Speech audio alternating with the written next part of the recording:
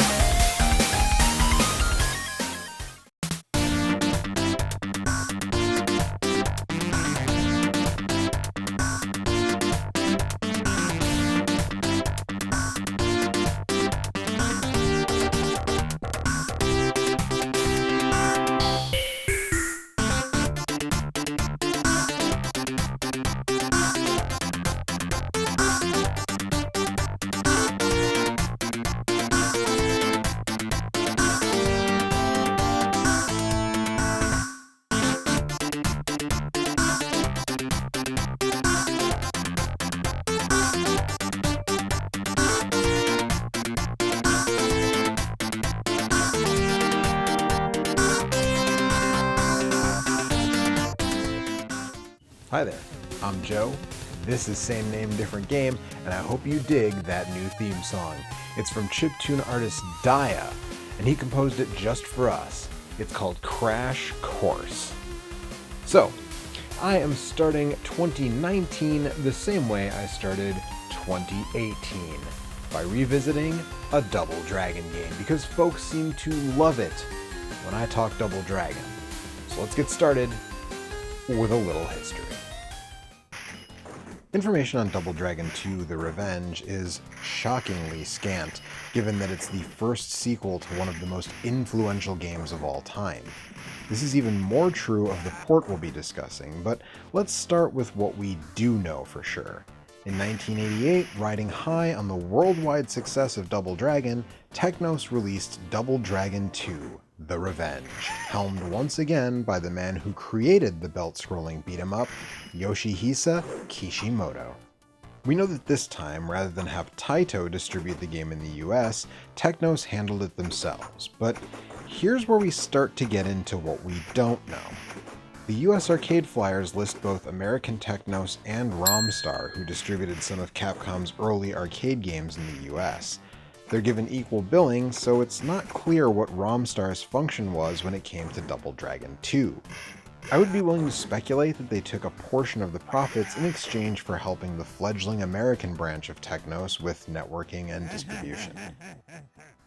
We also know the game eventually came to the NES, but if you've seen my first look at Double Dragon 2, you know that the NES game is not a port as such, but really a completely original interpretation using the same basic control scheme and soundtrack. Now, it was done internally at Technos, but Kishimoto had nothing to do with it. The project was headed up by Hiroyuki Sekimoto, who went on to do several games in the Kunio series. But we're not talking about that game or its eventual port to the PC Engine Super CD. We're talking about the arcade version, represented here by the Hamster Arcade Archives Edition on the Nintendo Switch. As I mentioned way back in 2012, Double Dragon 2 in the arcade is almost an exact retread of the first Double Dragon. In fact, series creator Kishimoto states on his personal webpage that the game started as an add-on kit for the original Double Dragon, akin to Ms. Pac-Man, but got ambitious enough to merit creating entirely new boards. Most of those ambitions seem to be in the graphical improvements. The layouts of the stages are nearly identical. Even the opening is similar. This time we see Marion get gunned down by Willie and his crew instead of kidnapped, but then the garage doors open and the Lees are out for revenge. Oddly enough, even though the flyer and art show Jimmy in red, as is the series standard, he sports a white outfit in only this installment. The Double Dragons then traverse 4 stages in their quest for vengeance. Standing in for the slums of the first game is an airfield. The second stage remains an industrial area. The third mission is a farm instead of a forest, and the enemy hideout has a slightly new coat of paint, but is mostly the same. The stage layouts are nearly identical, but the controls have gotten a substantial overhaul. Instead of the standard punch and kick, Kishimoto opted for a revised take on the controls for his first brawler, Renegade. This scheme uses 3 buttons. The middle one is jump, and the left and right attack in those directions. If an enemy is in front of you, the attack is a punch, and if they're behind you, it's a kick. Pressing both jump and one of the attack buttons will either do a back elbow smash or a low jump kick, depending on which direction you're facing. This game also introduces the signature Lee Hurricane kick, done by hitting an attack button at the peak of your jump. The enemies and weapons have also gotten a bit of a revamp. Linda Lash now sports a mohawk and carries a Simon Belmont-esque chain whip instead of leather. Abobos now come in long hair white pants flavor, known as Bolo, and not quite Arnold flavor, known as O'Hara, and they've lost their status as bosses. In fact, the Stage 2 boss is another not quite Arnold, but looking a little more like an out-of-shape Terminator, right down to the red eyes behind sunglasses. The Stage 3 boss is a martial arts weapons master, and the Stage 1 boss is the now infamous Burnov, sporting his metal mask and vaporizing himself when defeated. And these bosses largely serve to highlight the biggest problem with Double Dragon 2 in the arcade. It's annoyingly hard. This release was still comfortably during the era of the Quarter Muncher, and it shows. Many bosses can just ignore your attacks to instantly knock you down, doing a ton of damage. Even the Hurricane kick isn't that useful on some of these guys. Oddly, Machine Gun Willie is probably the easiest of them, despite the fact that if he does successfully shoot you, you lose a ton of health. The final boss is a shadow clone of the Lee brothers who can shoot a fireball and can also absorb into you and, I guess, attack from inside you? The setup for this is very hard to avoid. Fortunately, the standard enemies aren't that tough, and as ever, the brothers are able to take weapons from fallen foes to even the odds. The weapons are about what you expect, even if they look a little different. I already mentioned the chain whip, but the bat is changed as well, it's now a shovel, and the dynamite is a hand grenade, but they all behave as expected. Though, unlike the bat in the first game, the shovel can be thrown. When all said and done, I honestly find Double Dragon 2 The Revenge in the arcade to be an improvement on the predecessor in almost every way. There's less slowdown, I find the control scheme more intuitive for my own part, although I seem to be in the minority on that, and while the soundtrack is not the all-timer that the original game is, on its own merits, I still dig it. Unfortunately, when the game was ported for a Japanese-only Mega Drive release, aka the Sega Genesis, it wasn't so much of an improvement. But we'll talk about that after these messages. Double Dragon 2, The Revenge. Raw power for your NES. 9 incredible missions, 2-player simultaneous action. Double Dragon 2 from Acclaim, the best action game ever. Tiger puts arcade action in the palm of your hand. Games like Double Dragon 2. Billy Lee returns as you use your incredible ninja acrobatics to fight your way through 9 missions to defeat the ultimate villain, the Black Shadow Boss. Also available, Ninja Gaiden, Outrun, Paperboy, and Vindicators. Tiger LCD video games. Video excitement in the palm of your hand.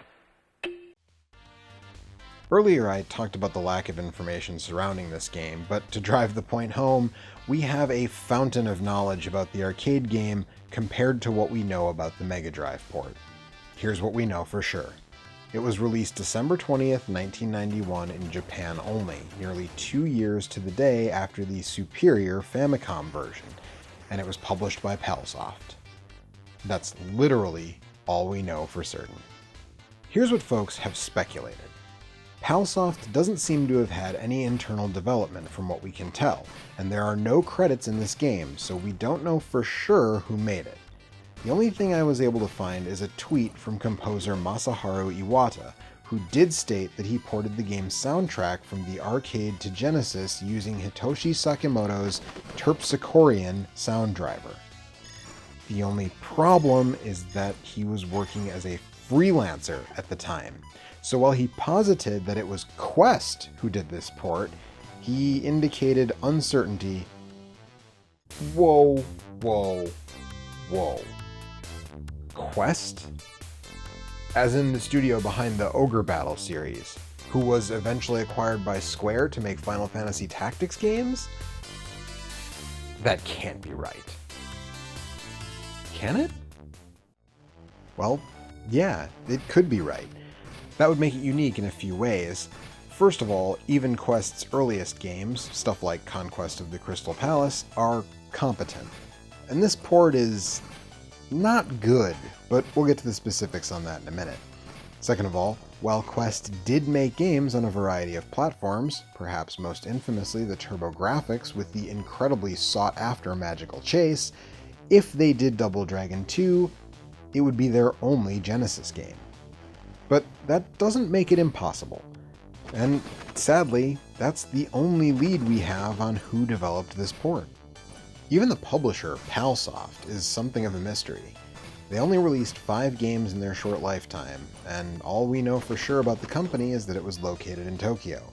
I wasn't able to turn up anything about anyone who worked there. Their final release came less than a year after Double Dragon 2 on the Mega Drive, and was another Technos port, this time of the game we know as Nintendo World Cup. And hey, while we're digging up mysteries, was this game slotted for a US release? Seems like it should have been, but it's hard to say. US magazines reported on its existence, including EGM, but that doesn't necessarily mean that they had some sort of publisher access to it. They were known for getting info by reading and scanning Weekly Famitsu in Japan, and even in their preview, they don't imply a US release. Also, wow! They say this will be not only the best looking, but the best playing of the DD games yet. Let's talk about how wrong they are.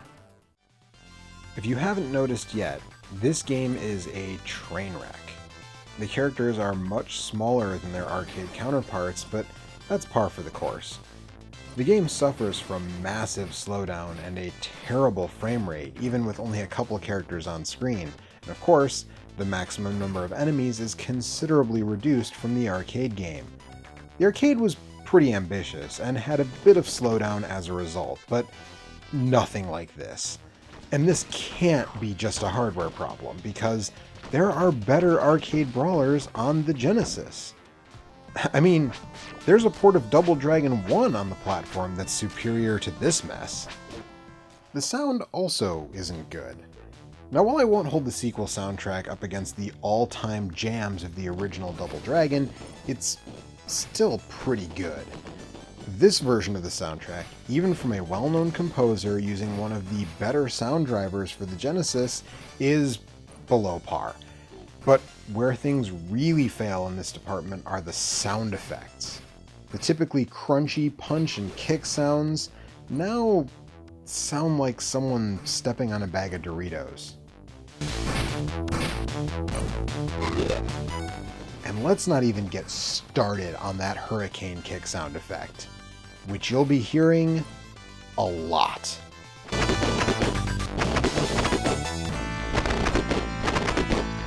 Which brings me to the most significant problem. The gameplay is awful.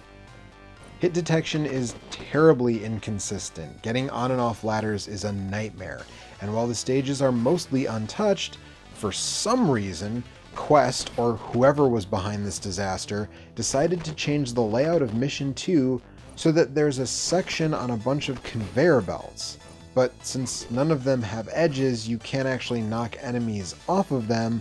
For most of the time, you're on them, and they just serve to make it even harder to hit your opponents than this game's wonky hit detection already did. Of course, after you've cleared a bunch of enemies, this stage moves over, and now you can repeatedly fall off the edge as you attempt to jump to the next area. As for the fighting itself, it's become oddly easier than the arcade, but not in a good way. With a reduced enemy count and an overpowered hurricane kick, most of the game just turns into spamming spinning kicks. Jump, hurricane kick, have your eardrums assaulted, rinse, repeat. This is a foolproof strategy, even on Willy and the Shadow Boss. Which takes us to the final difference. When you beat the game in the arcade, you get this photo of the Lees and Marion, sort of a memory of her, I guess. But in the Mega Drive port, you just get some black and white footage of fighting the stage bosses. Like, wow man, I'm really wistful and full of memories of fighting this dude I fought literally 30 seconds ago. And normally, that would be it. But I really want this episode to clean up all the remaining console versions of Double Dragon 2. Yeah. So, there's one more console version, and it doesn't have the same name, but I know if I don't mention it, people are gonna ask. So, let's briefly talk about Wander of Dragons. Apparently completed in 2011, but not released until 2013, Double Dragon 2 Wander of Dragons is a remake of DD2 from South Korean studio Gravity, best known for some MMO I'll never play. And this game is a total disaster. I honestly thought it had been delisted so I wouldn't have to talk about it, but of course, silly me, I had to double check, and yeah, it's still up, so here we are. Look, this game is just as bad as you've heard.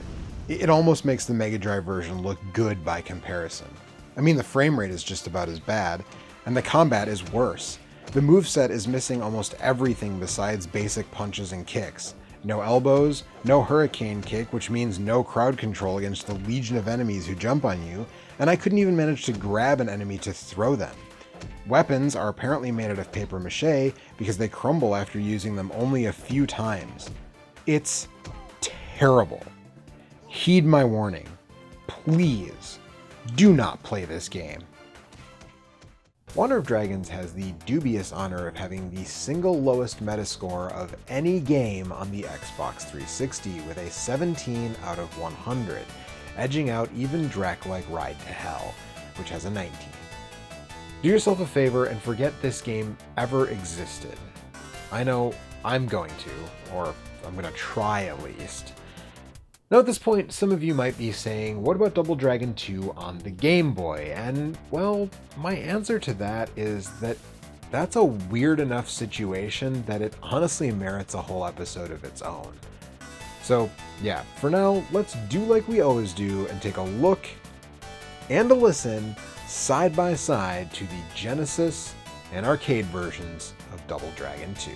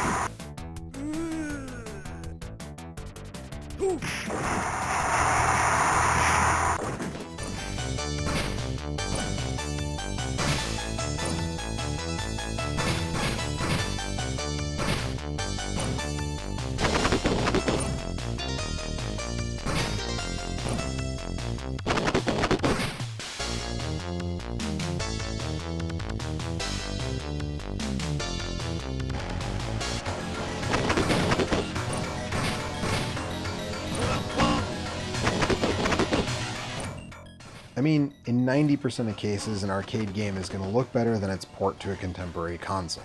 But it's worth saying that in this case, the Mega Drive game doesn't even look or sound good by the standards of the system. I don't know what the folks at EGM were smoking, but I think I want some to treat my next migraine. And that makes it time to give the edge. And it's really no contest at all here. If you want to play Double Dragon 2, actually, just play the NES game. But if you want to play Kishimoto's version of Double Dragon 2, get the Arcade Archives version on the Switch. It's an easy spend at just $8. The Mega Drive port, unfortunately, is one of those games that is both awful and rare, and you can expect to pay around $100 in today's secondary market, and it's never been republished anywhere else. If you really want to check it out, put it on a flash cart and give it a spin that way. But hey, maybe you're thinking, what about Steam? Didn't Dotemu release a Double Dragon trilogy? Yes, as a matter of fact, yes they did. And how does that version of Double Dragon 2 stack up with Hamster's Arcade Archives version? Well, glad you asked, because that is the topic of my next video, the first in a new series. Think of it as a spin-off of Same Name Different Game. That's coming soon, and I hope to see you then. Hey folks, thanks for tuning in. Please do the liking, subscribing, commenting, bell ringing stuff. I hate to even ask that, but the YouTube algorithm likes it when you do those things, so it really does help. If you want to join the names you see here, just $1 per episode on Patreon will get you there, plus early access to new videos and a monthly patron-only stream. Thanks to Daya for the new theme song, and thanks to Dean Stahl for the title card. Links for them in the description. If you want to see something else on Double Dragon, the video on the left is on Super Double Dragon, and the video on the right is my original DD2 video from 2012.